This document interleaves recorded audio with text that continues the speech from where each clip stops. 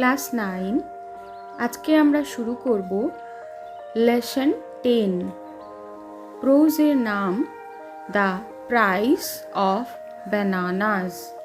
The price of bananas অর্থাৎ কলার মূল্য।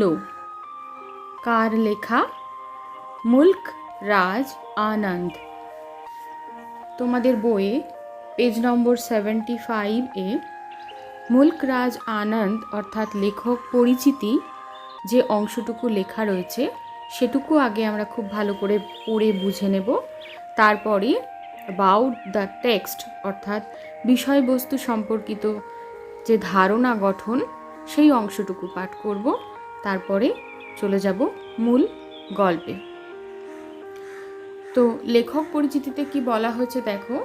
মুল্ক রাজ আনন্দ was a prolific writer who earned great admiration for his short stories and novels like Coolie, Untouchable, The Village, etc.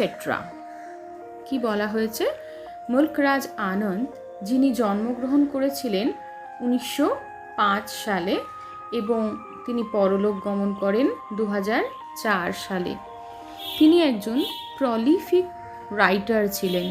Prolific শব্দটার মানে হলো fruitful, plentiful অর্থাৎ প্রচুর সংখ্যক লেখা যিনি লেখেন তাকে প্রলিফিক রাইটার বলা হয়। তো তার লেখার সংখ্যা সাহিত্য জগতে প্রচুর, সেই জন্য তাকে প্রলিফিক রাইটার বলা হয়েছে। হু আর্ন গ্রেট অ্যাডমিরেশন অর্থাৎ যিনি অর্জন করেছিলেন বহু মানুষের প্রশংসা।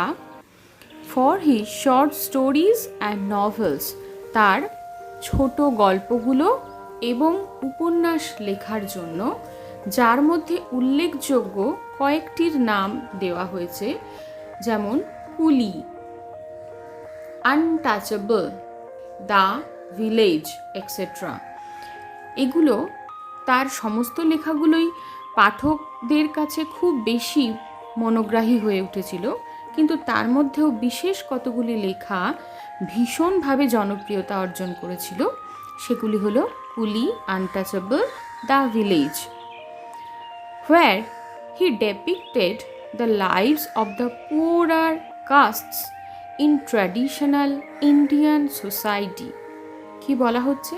তার গল্পের মূল বিষয়বস্তুই হলো একটু দলিত শ্রেণীর মানুষ যারা, তাদের পক্ষ নিয়ে তিনি সবসময় তার লেখা লেখেন।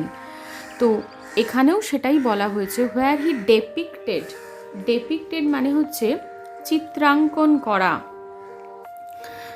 তো এখানে চিত্র আঁকা মানে তো আমরা বুঝি রং তুলি নিয়ে একটি সুন্দর ছবি আঁকা, এখানে কিন্তু সেটা বোঝানো হচ্ছে না।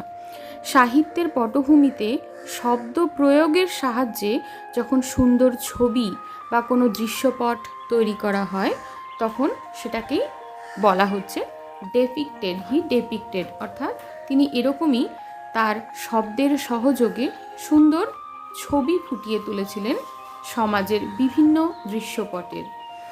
এবং সেই ছবিতে আমরা যাদের দেখতে পাই মুখ্য ভূমিকায়, তারা কারা? পোরার কাস্টস অর্থাৎ সমাজে, তথাকথিত সমাজে, ইন ট্র্যাডিশনাল ইন্ডিয়ান সোসাইটি অর্থাৎ তথাকথিত যে ধারাবাহিক ভারতীয় সমাজ, সেই সমাজে যারা দলিত, যারা অবহেলিত, পিছিয়ে পড়া শ্রেণী, যারা দরিদ্র, তাদের পক্ষ নিয়ে বা তাদের কথা তো বিশেষভাবে গল্পে বা লেখায় কেউ লেখেন না, কিন্তু মুল্ক রাজ আনন্দ এমনই একজন লেখক যিনি তাদেরকে নিয়ে, তাদেরকে তার গল্পের বা সাহিত্যের মুখ্য চরিত্র হিসেবে দেখিয়ে প্রচুর লেখা লিখেছেন। তো সেই জন্যেই পাঠকের কাছে এবং সাধারণ মানুষের কাছে সেই লেখাগুলো অনেক বেশি জনপ্রিয়তা অর্জন করত, কারণ সেই লেখার মধ্যে তারা খুঁজে পেতেন তাদের সাধারণ মানুষের জীবনের যে প্রাত্যহিক যে কাজকর্ম বা জীবনচিত্র, সেটাকে তারা খুঁজে পেতেন তাঁর লেখায়। তাই তার লেখা বিশেষভাবে পাঠকের কাছে সমাদৃত। এবার পরের অংশটুকুতে রয়েছে অ্যাবাউট দ্য টেক্সট, অর্থাৎ গল্পে যে বিষয়টা আলোচিত হয়েছে সেই প্রসঙ্গে। কি বলা হয়েছে? This text an অ্যাব্রিজড version of his story of the same name presents an apparently funny situation where a businessman has his beloved cap seized by a monkey. কি দেখানো হয়েছে এখানে? দিস টেক্সট অর্থাৎ এই গল্পটি মানে তার লেখা যে গল্প, শর্ট স্টোরি, একটি ছোট গল্প যেটা সেম নেমে অর্থাৎ একই নামে তিনি গল্পটি প্রকাশ করেছিলেন। গল্পটির নাম ছিল দ্য প্রাইস অফ ব্যানানাস। ঠিক আছে, সেখান থেকেই তোমাদের টেক্সটে অ্যাব্রিজড ভার্সন তুলে দেওয়া হয়েছে। এই অ্যাব্রিজড কথাটার মানে হলো সংক্ষিপ্ত, অর্থাৎ এই টেক্সটে তোমরা পুরো গল্পটা পাচ্ছ না, গল্পের একটি অংশ মাত্র এখানে তুলে দেওয়া হয়েছে। কিন্তু গল্পটি তিনি, মূল গ্রন্থটি তিনি এই নামেই, সেম নামেই তিনি লিখেছিলেন। যে গল্পটি প্রেজেন্স অর্থাৎ উপস্থাপন করছে, কি উপস্থাপন করছে?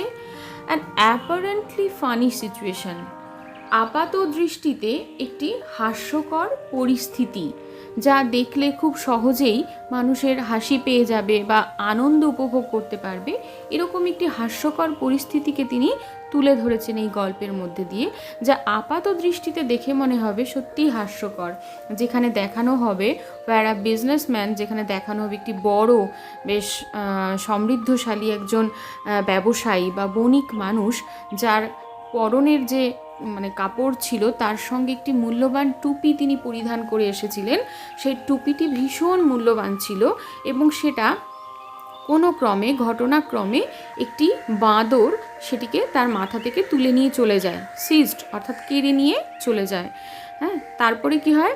And finally gets it back by offering the offending monkey a bunch of bananas, অর্থাৎ সেটাকে তিনি পরে ফেরত পান। সেই পাওয়ার জন্য সেই অফেন্ডিং মাঙ্কি অর্থাৎ একটু রেগে যাওয়া সেই মাঙ্কি, অর্থাৎ একটু সকলের উপরে বিরক্ত রয়েছে সেরকম অফেন্ডিং একটি মাঙ্কিকে তিনি ক্ষান্ত করেছিলেন এক থোকা বা দুটো কলা দিয়ে। সেই কলাটা দেওয়ার পরে সেই মাঙ্কি তার টুপিটা ফেরত দেয়। এইভাবে তিনি টুপিটা ফেরত পেয়েছিলেন। এই গল্পটা কীরকম একটা হাস্যকর পরিস্থিতির তৈরি করেছিল এবং আশেপাশের মানুষজন কি করে সেই মানে দৃশ্যটাকে এনজয় করছিল সেটাকে তিনি এখানে গল্পের মাধ্যমে তুলে ধরেছেন। দো the tone of the story is light hearted, যদিও এই গল্পের যে টোনটা সেটা ছিল একটু লাইট হার্টেড, অর্থাৎ খুব হালকা চালে লেখা, যেখানে খুব সাধারণভাবে লেখা, এত সুন্দরভাবে সহজ সরল ভাষা প্রয়োগ করে লিখেছে যে কোনো সাধারণ মানুষ সেটা পড়লে কিন্তু অনায়াসে সেই গল্পটার যে রস সেটাকে আস্বাদন করতে পারবে। তো সেরকমভাবে লেখা। The author notes with sad concern the unkind and unjust behavior of the businessman towards the poor fruit vendor who had helped him to get back his cap. কিন্তু তার এইখানটায় এই গল্পের মধ্যে যদিও খুব হালকা চালে লিখেছেন তিনি গল্পটি, কিন্তু এখানে তিনি মূল যে বিষয়টি বলতে চেয়েছেন সেটা হচ্ছে unkind and unjust behaviour of the businessman, অর্থাৎ সেই যে বিজনেসম্যানকে দেখানো হয়েছে তার বিহেভিয়ার অর্থাৎ আচরণ, সেই আচরণ ছিল আনজাস্ট অর্থাৎ নীতিপরায়ণ নয়, অর্থাৎ অসৎ আচরণ, এবং আনকাইন্ড অর্থাৎ রূঢ়, অর্থাৎ যার মধ্যে কোনো দয়া মায়া নেই, এরকম একটা রূঢ় ব্যবহার, যেটা সেই বিজনেসম্যান, সেই ধনী বিজনেসম্যানকে একেবারেই শোভা পায় না, কিন্তু তবু তিনি সেটা করেছিলেন। সেরকমই একটি অশোভন ব্যবহার তিনি করেছিলেন কার প্রতি? Towards the poor fruit vendor, অর্থাৎ সেই দরিদ্র ফল বিক্রেতার প্রতি, who had helped him to get back his cap, যে সেই ক্যাপটাকে ফিরে পাওয়ার জন্য সেই বিজনেসম্যানকে তার দুটো কলা দিয়ে সাহায্য করেছিল। তো সেই ব্যক্তিটির প্রতিও সেই বিজনেসম্যানের একটা দায়বদ্ধতা থেকেই যায়, কিন্তু সেই দায়বদ্ধতার দায়িত্ব তিনি নেননি, পালন করেননি, বরং তিনি অনেক বেশি অসভ্য, অসহনীয় আচরণ করেছিলেন সেই দরিদ্র ফল বিক্রেতার প্রতি।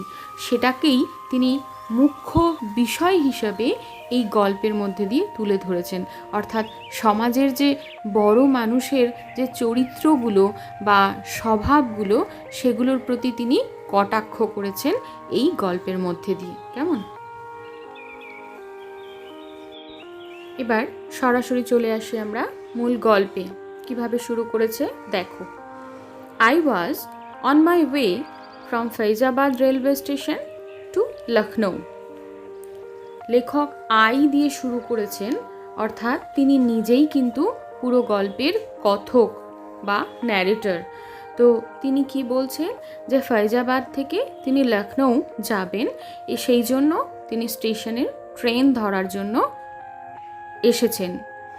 I had arrived at the station half an hour in advance of the time for the train's departure.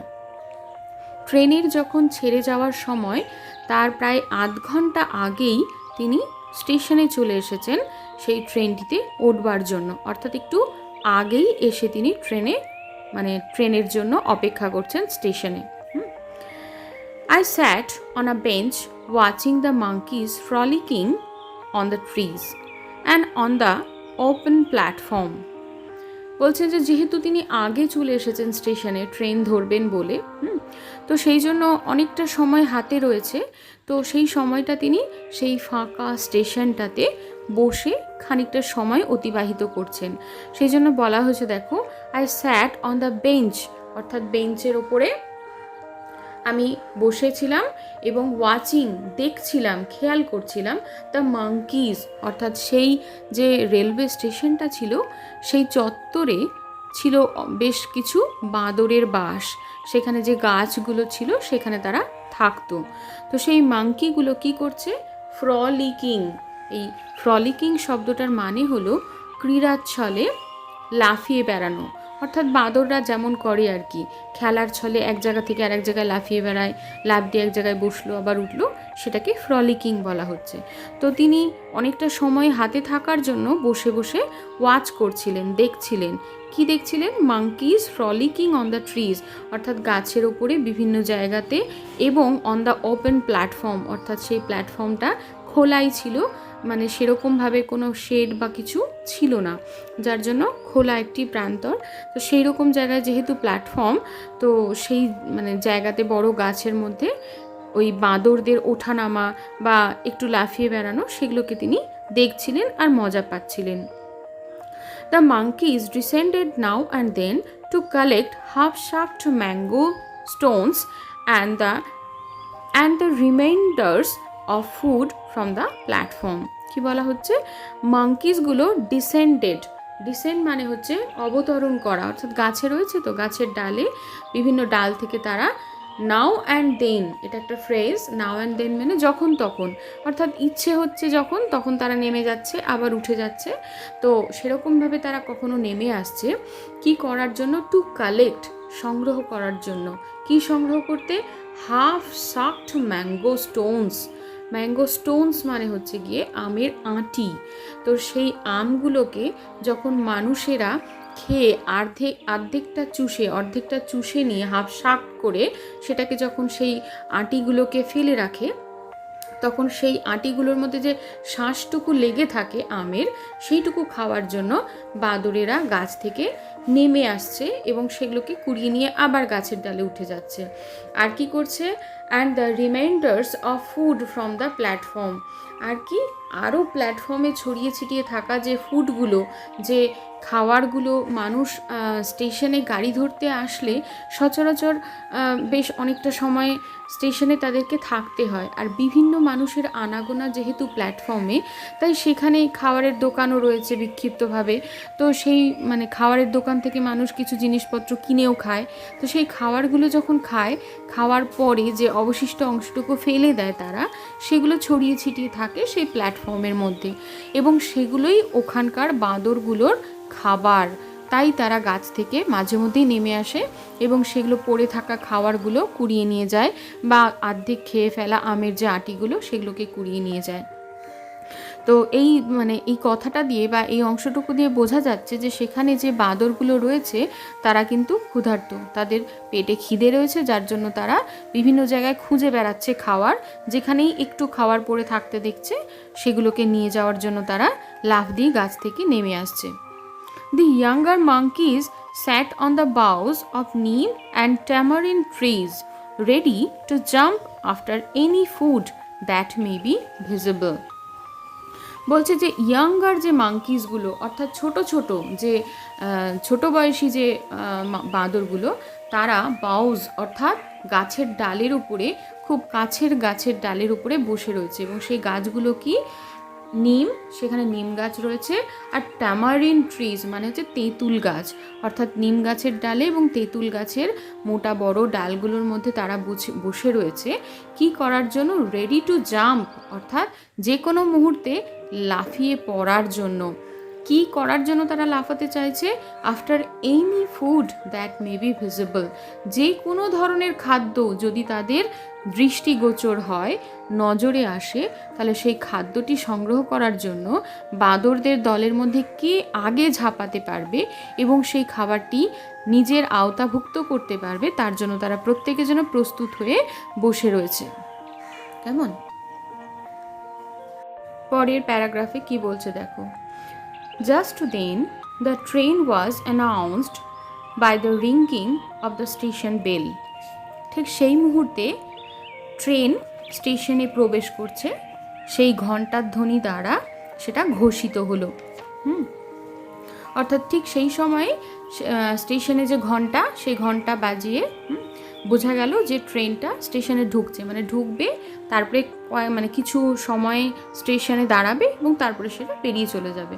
তো সেই মুহূর্তটা অ্যানাউন্স করলো সেই ঘণ্টার ধ্বনি। তারপরে কি হলো? I concentrated on securing a seat for myself in the train. স্বাভাবিকভাবে যে প্যাসেঞ্জাররা অপেক্ষা করছিল ট্রেনের জন্য, তারা প্রত্যেকেই একটু সচেতন হলো যে ট্রেন ঢুকছে, সুতরাং ট্রেনে উঠতে হবে এবং নিজের পছন্দ মতো একটি জায়গা খুঁজে নিয়ে বসতে হবে। তো লেখকও সেই কথাটা বলছেন যে আই কনসেন্ট্রেটেড, মানে আমি সেই বিষয়টাতে মনোনিবেশ করলাম যে আমাকে সেই ট্রেনের মধ্যে উঠে আমার নিজের জন্য একটা সিট, একটা ভালো বসার জায়গা সিকিওর করতে হবে, নিশ্চিত করতে হবে। তো সেই জন্য আমি সেই বিষয়টাতে এগিয়ে গেলাম। I got a window seat overlooking the platform. আমি ট্রেনে ওঠার পরে ঠিক জানালার ধারে প্ল্যাটফর্ম দেখা যায় এমন একটা জায়গাতে একটা আসন বা বসবার জায়গা ঠিক পেয়েও গেলাম। আই গট একটা উইন্ডো সিট, জানালার ধারের যে সিটগুলো, সেটা একটা পেয়ে গেলাম।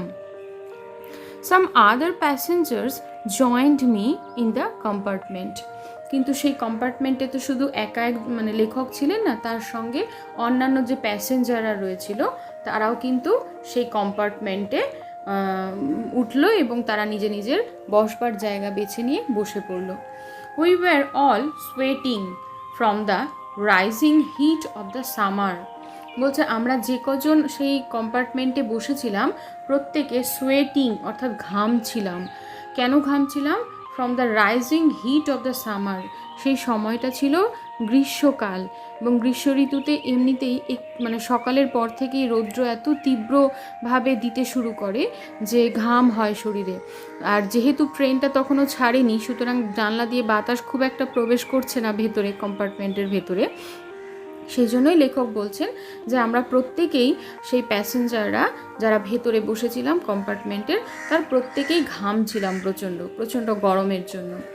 Several passengers were busy filling up their small earthen pitchers from a water pump. সেই স্টেশনের মধ্যে প্ল্যাটফর্মে যেটা দেখা যাচ্ছিল সেখানে একটা ওয়াটার পাম্প ছিল।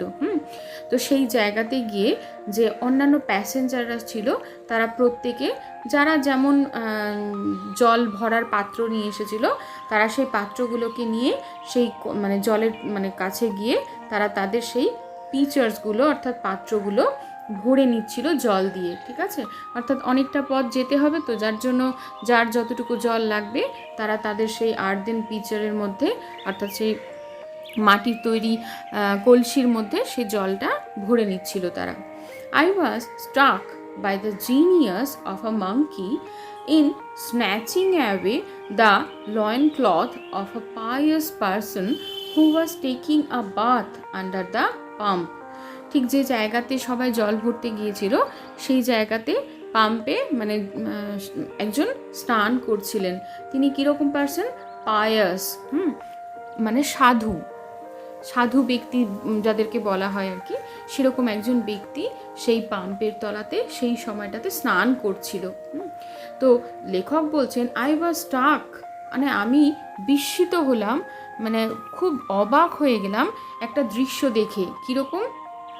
By the genius of a monkey, একটা বাঁদরের বুদ্ধি দেখে, অর্থাৎ তার অদ্ভুত ধরনের একটা প্রতিভা, সেটা দেখে আমি প্রচণ্ডভাবে অভিভূত হয়ে গেলাম, বা সেই দৃশ্যটাতে আমার চোখ আটকে গেল। কেন? সেই মাঙ্কিটা কী করেছিল? সে কী করেছিল? In snatching away the loin cloth of a pious person, সে সেই যে স্নানরত ব্যক্তিটি তার কোটি দেশের অর্থাৎ কোমরের অংশে যে কাপড়টি পরে থাকে আর কি, সেই কাপড়টি তো সেই মানে কোমরের কাপড় বা কোটি বস্ত্র যেটা, সেটা হঠাৎ করে স্ন্যাচ করে নিয়েছে, অর্থাৎ কেড়ে নিয়েছে সেই ব্যক্তিটির কাছ থেকে। এবার স্বাভাবিকভাবে কি হবে? সেই সাধু ব্যক্তি যিনি নিজের মনে নিজের খেয়ালে স্নানেরত, হঠাৎ করে তার কোমরের থেকে কাপড় টেনে নিয়ে চলে গেলে বাদর, সে তো অপ্রস্তুত হয়ে যাবে, এবং আশেপাশে যারা ছিল সেই সময়টাতে তারা প্রত্যেকে প্রথমটায় অপ্রস্তুত হয়ে গিয়েছে দেখে, আর তারপরেই এই দৃশ্যটা একটা হাস্যকর পরিস্থিতির সৃষ্টি হয়েছে, তাই তো? তো সেই প্যাসেঞ্জাররা সেটা দেখে বা আদার্স যারা ছিল তারা প্রত্যেকেই সেই দৃশ্যটা যেন হাঁ করে দেখে একটু অবাক হয়ে গেছে, যে হঠাৎ করে একটা বাদর এলো এবং সেই সাধুটির কোমর থেকে সেই বস্ত্রটিকে টান মারলো, মেরে মানে প্রায় ছিনিয়ে বা কেড়ে নিয়ে সে চলে গেল। A great deal of general amusement was caused by this incident. এই ঘটনাটির দ্বারা একটি জেনারেল অ্যামিউজমেন্ট, যেটাকে বলা হচ্ছে সাধারণভাবে সবাই মজা পাওয়া, তো এই দৃশ্যটা দেখে মানে স্বাভাবিকভাবেই আশেপাশের যত মানুষজন ছিল প্রত্যেকে একটু মজা পেল, আনন্দে যেন হেসে উঠল এই ঘটনাটাতে, যে এরকম ঘটনাটা ঘটবে তারা কেউ কল্পনাও করতে পারেনি। আর এরকম একটা দৃশ্যপটে সকলে যেন অদ্ভুতভাবে মজা পেল। The bather then requested the monkey to return his loin cloth.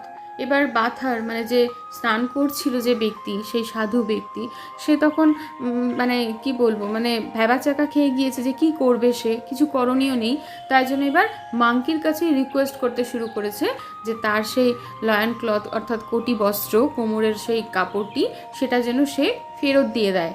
তো এবার বাঁদর তো সে, তাকে কি আর রিকোয়েস্ট করলে সে শুনবে? কিন্তু তবু সে রিকোয়েস্ট করছে, কারণ তাছাড়া আর তার কাছে কোনো উপায় নেই। The monkey was generous and threw it down from the neem tree at the man's feet. কিন্তু দেখা গেল সেই বস্ত্রটি চাওয়ার পরে বাঁদরটিকে মনে হলো যেন সে বেশ উদার প্রকৃতির। দ্য মাঙ্কি ওয়াজ জেনারাস, অর্থাৎ বেশ ভালো উদার প্রকৃতির সে ছিল, যার জন্য সে কী করলো, সেই কাপড়টি থ্রিউ ইট ডাউন, অর্থাৎ সে ছুঁড়ে দিল ফ্রম দ্য নিম ট্রি, নিম গাছের ডালে সে উঠে গিয়েছিল সেটাকে নিয়ে, কিন্তু সেটাকে সে ছুঁড়ে দিল। কোথায় ছুঁড়ে দিল? অ্যাট দ্য ম্যানস ফিট, সেই মানুষটির পায়ের কাছে। অর্থাৎ সেই কাপড়টি পেয়ে এবার সেই মানুষটি তার লজ্জা নিবারণ করতে পারলো এবং বাঁচল। এবার পরের পেজ নম্বর 77 কি বলছে দেখো। While all this was going on, I noticed a gentleman come up to our compartment. যে সময়ে এই সব কিছু ঘটে চলেছিল, অর্থাৎ সেই বাঁদরের ওই কাপড়, কোটি দেশের কাপড় টেনে নেওয়া, তারপরে সেই বাথারের তাকে প্রেয়ার জানানো এবং তারপরে তার ফিরিয়ে দেওয়া, সবগুলো দৃশ্য যখন চলছিল তখন লেখক বলছেন যে আই নোটিসড, আমি খেয়াল করলাম যে a gentleman come up to our compartment, এক ভদ্রলোক আমাদের কামরা অবধি এসে পৌঁছলেন। He looked like a businessman, তাকে দেখে মনে হচ্ছিল যে সে কোনো ব্যবসায়ী বা বণিক হতে পারে। কেন মনে হচ্ছিল এরকম? He was dressed in a white muslin dhoti, a delicate tunic and an embroidered cap on his head. তার পরনের যে পোশাক, সেই পোশাকটি দেখেই লেখকের মনে হলো যে ইনি কোনো বড় বণিক হতে পারেন। কি পরেছিল? বলছে লোকটির পরনে ছিল সাদা মসলিনের ধুতি, হোয়াইট মসলিন ধুতি। আর কি ছিল?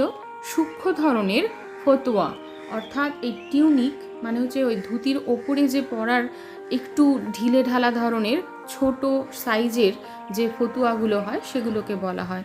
সেটা কীরকম ছিল?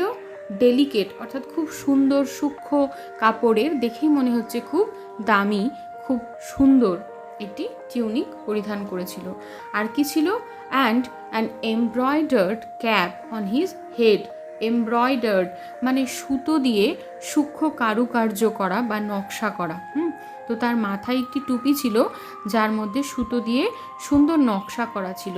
দেখে মনেই হচ্ছিল যে সমস্ত পোশাকটাই ভীষণ দামি, সেই জন্যই ওনাকে একটি ব্যবসাদার বা বণিক হিসেবে মনে হয়েছে লেখকের। তারপরে কি হলো? A porter was carrying his luggage which included a big steel trunk, several small baskets and a brass jug. তার পেছনেই একটি কুলি তার মালপত্র বয়ে আনছিল, যে মালপত্রগুলোর মধ্যে ছিল একটি বড় স্টিলের ট্রাঙ্ক, বিগ স্টিল ট্রাঙ্ক। আর কি ছিল? সেভারেল স্মল বাস্কেটস, অনেকগুলো ছোট ছোট ঝুড়ি ছিল। আর কি ছিল? ব্রাশ জাগ, জাগ মানে হচ্ছে জগ, আর ব্রাশ মানে পেতলের তৈরি। তো এই সমস্ত জিনিসপত্র নিয়ে পেছনে একটি কুলি তার পেছনেই ঢুকলো কামরার ভেতরে। তারপরে কি হলো? The man was shouting at the porter two hurry up with the luggage. সেই লোকটি সেই জিনিসপত্রগুলো তাড়াতাড়ি করে নিয়ে আসার জন্য এবং সুন্দরভাবে যাতে সেগুলোকে প্লেস করতে পারে ট্রেনের মধ্যে, সেই কারণে কুলিকে চেঁচিয়ে ডাকছিল যে তাড়াতাড়ি করে সেই জন্য জিনিসপত্রগুলো নিয়ে এসে পৌঁছে দেয় কামরার মধ্যে। তারপরে কি হলো? Suddenly a monkey lift down from the top of her compartment and snatched away the fine embroidered cap of the businessman. কিন্তু এত সব কাণ্ডের মধ্যে হঠাৎ করে কোথা থেকে যেন একটি বাঁদর, বলছে যে সেই কম্পার্টমেন্টের যে মানে ছাদ বা কামরার যে মাথা, সেখান থেকে লাফ দিয়ে নেমে এলো এবং জানলা দিয়ে ভেতরে প্রবেশ করে সে কী করলো? ব্যবসায়ীর মাথা থেকে সেই সুন্দর সুতোর কাজ করা টুপিটা ছিনিয়ে নিয়ে চলে গেল, বেরিয়ে গেল। মুহূর্তের মধ্যে সে কোথা থেকে যেন এলো, এসে নিয়ে সেই এমব্রয়ডার্ড ক্যাপটা সে স্ন্যাচ করে নিয়ে চলে গেল। The monkey then climbed up the neem tree, এবং বাঁদরটি সেই টুপিটাকে হাতে নিয়েই সে কিন্তু আবার সেই নিম গাছটার ডালে উঠে গেল। এবার কি হলো? What have you done monkey?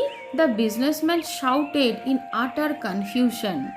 প্রচণ্ড পরিমাণে হতভম্ব হয়ে গিয়েছে এবার এই ঘটনাতে বিজনেসম্যান, যে হঠাৎ করে তার মাথার এত সুন্দর এত মূল্যবান টুপিটা বাঁদরে এসে নিয়ে চলে গেল। মানে সেই জন্য সেই মানে ব্যাপারটা ভাবতেই পারছে না, তার এত মূল্যবান টুপিটা খোয়া যাবে এইভাবে। সেই জন্য সে প্রচণ্ড কনফিউজড হয়ে গিয়েছে, হতভম্ব হয়ে গেছে, এবং সেই হতভম্ব হয়ে বিজনেসম্যান শাউটেড অর্থাৎ চিৎকার করে উঠল, সেই বাঁদরকে উদ্দেশ্য করে মানে বাঁদরের ওপরে চিৎকার করে উঠে তাকে বকতে লাগলো, এ কী করলি হতভাগা বাঁদর? What have you done monkey? কী করলি এটা? আমার টুপিটা তুই নিয়ে চলে গেলি এইভাবে তাকে বকতে লাগলো। His round and smart face was covered with perspiration. সেই ভদ্রলোকের মুখটা কীরকম ছিল? রাউন্ড অর্থাৎ বেশ গোলগাল, আর কীরকম ছিল? স্মাগ। স্মাগ মানে হচ্ছে অহংকারী। সেই মুখের মধ্যে একটা ধনী হওয়ার বা বড়লোক হওয়ার একটা অহংকার যেন প্রকাশ পাচ্ছিল। সেই রকম গোলগাল অহংকারী মুখটার মধ্যে একটু একটু করে বিন্দু বিন্দু আকারে ঘাম জমতে লাগলো। পার্সপিরেশন মানে হচ্ছে ঘাম। অর্থাৎ সেই ভদ্রলোক মাথার টুপি খোয়া যাওয়ার দুঃখে রীতিমতো চিৎকার করতে শুরু করেছেন, সঙ্গে ঘামতেও শুরু করেছেন। He ran towards the tree over the pump and stood threatening the monkey. এবার তিনি আর অপেক্ষা করে দাঁড়িয়ে থাকতে পারলেন না কম্পার্টমেন্টের মধ্যে। তিনি সোজা নেমে চলে গেলেন সেই ট্রির কাছে। কোথায়? ওভার দ্য পাম্প, অর্থাৎ সেই যে পাম্পের জলের কাছে সেই ভদ্রলোক একটু আগেই একজন সাধু ব্যক্তি স্নান করছিল, সেই পাম্পের কাছে গিয়ে সেই ট্রির নিচে দাঁড়িয়ে দাঁড়িয়ে থ্রেটেনিং দ্য মাঙ্কি, অর্থাৎ সেই যে মাঙ্কিকে থ্রেটনিং অর্থাৎ বকাবকি করতে লাগলো, হম্বিতম্বি করতে লাগলো তার উপরে। However, the more he shouted at the monkey, the remoter the monkey became. এবং যত তাকে এইভাবে বকাবকি করতে লাগলো বিজনেসম্যান, ততই যেন সেই মাঙ্কি বা বাঁদর আরও দূরে, আরও ওপরের গাছের ডালে উঠে যেতে লাগলো। মানে বিজনেসম্যানের হাতের নাগাল থেকে আরও অনেকটা উঁচুতে সে উঠে চলে গেল, তার থেকে অনেকটা দূরে। It was the same monkey that had snatched the Bather's lion cloth. অর্থাৎ এই মাঙ্কিটা হলো সেই মাঙ্কি যে একটু আগেই সে স্নানরত সেই ব্যক্তির অর্থাৎ সাধুর কোটি দেশের যে কাপড়টি কেড়ে নিয়ে গিয়েছিল। এ হচ্ছে সেই মাঙ্কিটাই যে আবারও এই ধনী ব্যক্তির মাথার টুপিটি কেড়ে নিল তার মাথা থেকে। পরের paragraph. The people on the platform were much amused by the plight of the businessman. প্লাইট শব্দটার মানে হলো খারাপ অবস্থা, ব্যাড সিচুয়েশন। অ্যামিউজড মানে মজা পাওয়া, আনন্দ পাওয়া। তো বলছে যে প্ল্যাটফর্মের মধ্যে যে লোকজনরা ছিল, the people on the platform were much amused, অর্থাৎ তারা ভীষণ মজা পাচ্ছিল। কি দেখে? By the plight of the businessman, সেই ব্যবসায়ীর খারাপ অবস্থা, দুরাবস্থা দেখে। কেন দুরাবস্থা? ওই যে টুপিটি বাদর নিয়ে চলে গেল এবং টুপিটির জন্য তার যে অবস্থা, মানে তিনি ভাবতেই পারেননি যে এত সুন্দর এত মূল্যবান টুপি বাদরের হাতে চলে যাবে। সেটা তার পক্ষে খুব দুঃখজনক ঘটনা, যার জন্য তার মুখের মধ্যে সেরকম একটা অভিব্যক্তি ছিল। সেটা দেখেই প্ল্যাটফর্মের সমস্ত লোকজন খুব মজা পাচ্ছিল। He looked with a piteous and hopeless expression on his face. He looked অর্থাৎ সেই ব্যবসায়ীকে দেখাচ্ছিল, with a piteous মানে হলো করুণ, hopeless মানে হচ্ছে আশাহীন, নিরাশা, expression মানে হচ্ছে অভিব্যক্তি। তো সেই ব্যবসায়ীর মুখের মধ্যে যে অসহায় করুণ অবস্থা, সেই যে অভিব্যক্তি, সেই রকম মুখ করে অর্থাৎ অসহায় করুণ মুখে ব্যবসায়ী যেন সেই বাঁদরের দিকে চেয়ে রইল, তাকিয়ে থাকলো। Meanwhile, a fruit hawker had come forward, pushing his little cart. Meanwhile মানে ইতিমধ্যে, এই সময়ের মধ্যে।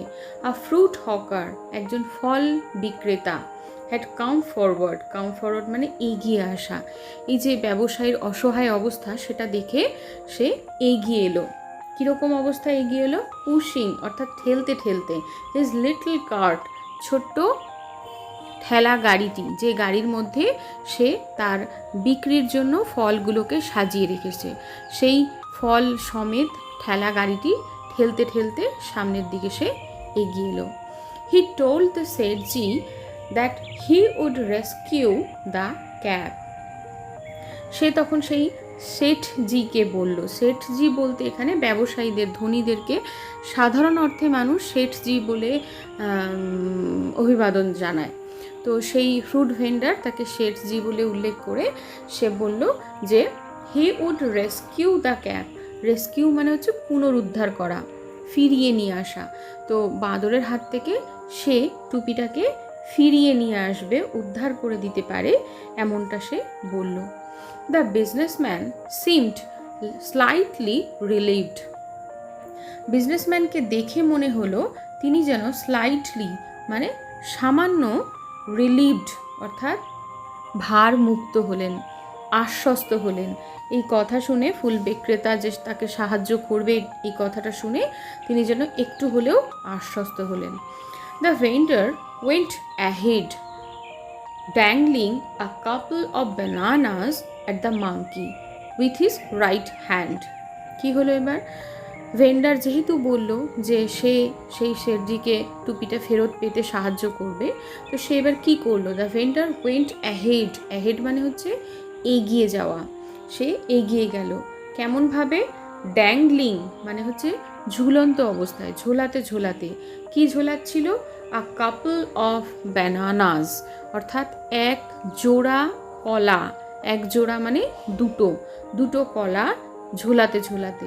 অ্যাট দ্য মাঙ্কি, ঠিক মাঙ্কির দিকে উদ্দেশ্য করে বা মাঙ্কিকে বাঁদরকে লক্ষ্য করে। উইথ হিজ রাইট হ্যান্ড, তার ডান হাতে, অর্থাৎ ডান হাতে সে দুটো কলা নিয়ে বাঁদরের দিকে দেখাতে দেখাতে ঝোলাতে ঝোলাতে সে বাঁদরের আরও কাছে এগিয়ে গেল।